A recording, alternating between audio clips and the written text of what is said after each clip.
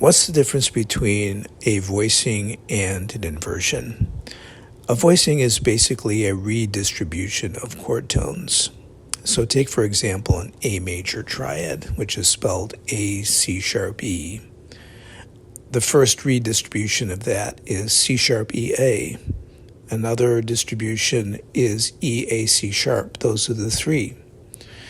But an inversion has to do with what's in the bass, what's the lowest note.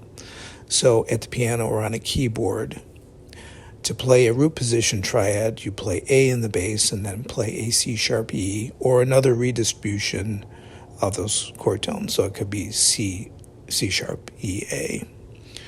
But as long as the A is in the bass, it's a root position triad.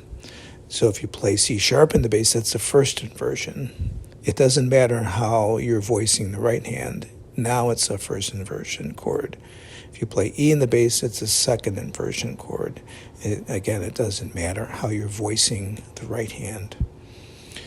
So inversions also are contextualized, or they do contextualize the music by the way the bass moves.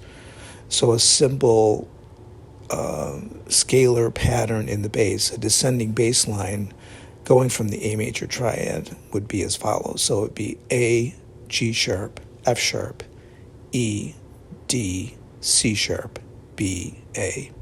So the bass is moving down scale-wise, but as you can see by the chord symbols with the slash behind it, those are the inversions. So it's A, E with G sharp in the bass, D with F sharp in the bass, and so on. So that's how inversions work. It all depends on what the bass is doing. It's the lowest notes on the piano. So if you're thinking about the guitar, guitars, I suppose, can play inversions, but it's easier to do on a keyboard because you have two hands. So you can play this chord sequence on the guitar, and you can sort of hear how the inversions are working, but if you're playing with a bass player or if you have another voice that has that descending bass line in it, then you'll hear the inversions. So that's the difference between voicings and inversions.